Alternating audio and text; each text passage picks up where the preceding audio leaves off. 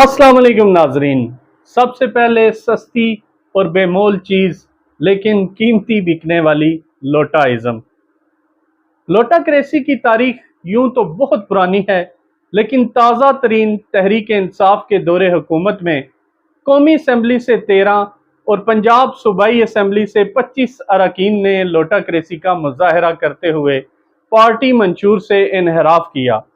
तो जहां पीटीआई की हुकूमत का तख्ता उल्टा गया, वहां पीडीएम ने भी खूब साथ निभाया और यूं मरकज और पंजाब में मुस्लिम लीग नून की हुकूमत कायम हुई। लेकिन मुल्क को खातिर खा फायदा ना हो सका, क्योंकि महज ये एक सियासी नाटक था जिसका नाम महंगाई मुकाऊ रखा गया था। सिंध हाउस में हॉर्स ट्रेडिंग का बदतरीन नज़ारा देखने को मिला।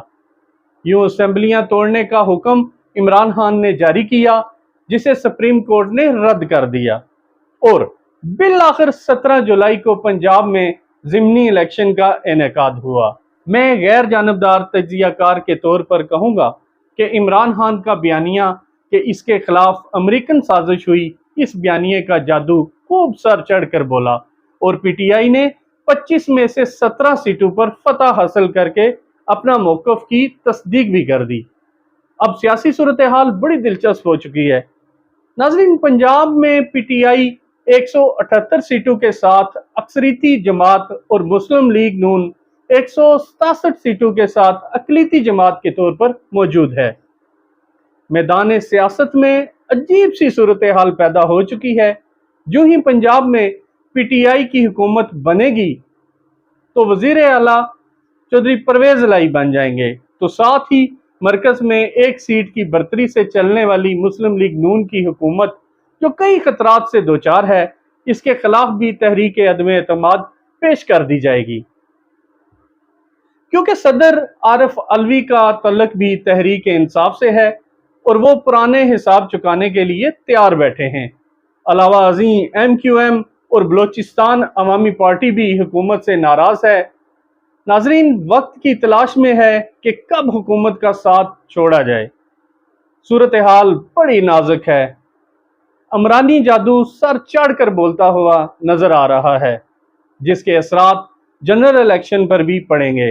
लेकिन बहरहाल पंजाब का मार्का तो पाया तकमील को पहुंचा, लेकिन मुस्लिम लीग नून की शिकस्त और इलेक्शन हारने के असबाब मैदान सियासत के खिलाड़ियों के लिए एक लम्हे फिक्रिया बन गया है और इस हार के असबाब तलाश करना होंगे ताकि जनरल इलेक्शन से पहले इसका सद्देबाब किया जा सके। नाजरीन, मेरी नज़र में इन असबाब की वजह से मुस्लिम लीग नून ने इलेक्शन हारा। अगर मैं पहले नंबर पे बात करूं तो मुस्लिम लीग नून के हारने की सबसे पहली वजह महंगाई का सद्देबाब ना होना था। महंगाई की वजह से अवाम बहुत बेचैनी का शिकार हुए और मुस्लिम लीग नून को वोट कास्ट ना किया।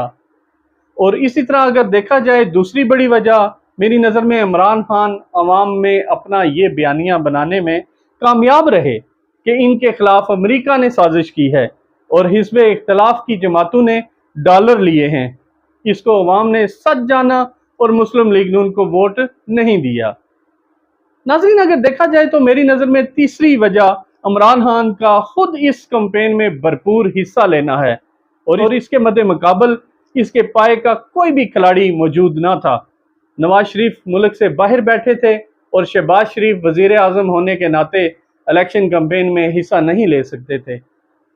अलावा अजीम मरियम नवाज और हमजा शहबाज पर करप्शन के केस चल रहे थे, जिस वजह से अवाम इमरान खान के बयानिए के मुतरफ हो गए और वोट मुस्लिम लीग नून की बजाय पीटीआई को डाल दिया।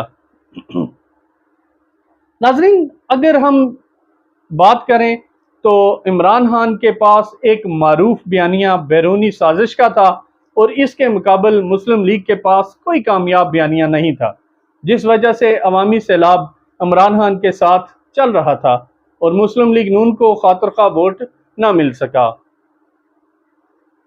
एक वजह मेरे नज़दीक इमरान खान और इसकी पार्टी ने सोशल मीडिया का भी बहुत कामयाब इस्तेमाल किया।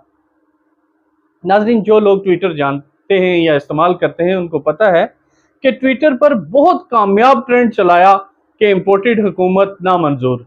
جو ٹویٹر کی تاریخ کا سب سے بڑا ٹرینڈ ثابت ہوا۔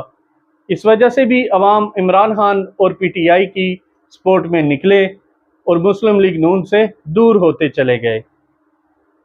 ایک بڑی وجہ اور سامنے آئی، عرض کرتا چلوں کہ مسلم لیگ نون کا نعرہ تھا کہ سلیکٹڈ حکومت نامنظور، لیکن خود جب عدم اعتماد کے ذریعے حکومت میں آئے تو سلیکٹڈ کا ٹھپا ان پر ہی پیوست ہو گیا، اور جسے عوام نے اچھا محسوس نہ کیا اور عوام مسلم لیگ سے متنفر ہو گئے اور ہوتے ہی چلے گئے، جس سے مسلم لیگ نون کا ووٹ بینک کم ہوا۔ اسی طرح بڑی وجہ جو تھی وہ مسلم لیگ نون کا لوٹوں کو اون کرنا تھا، تو یہی لوگ اپنے حلقوں میں الیکشن لڑ رہے تھے۔ مسلم لیگ نون کے ورکرز نے ان کو ووٹ نہیں دیا۔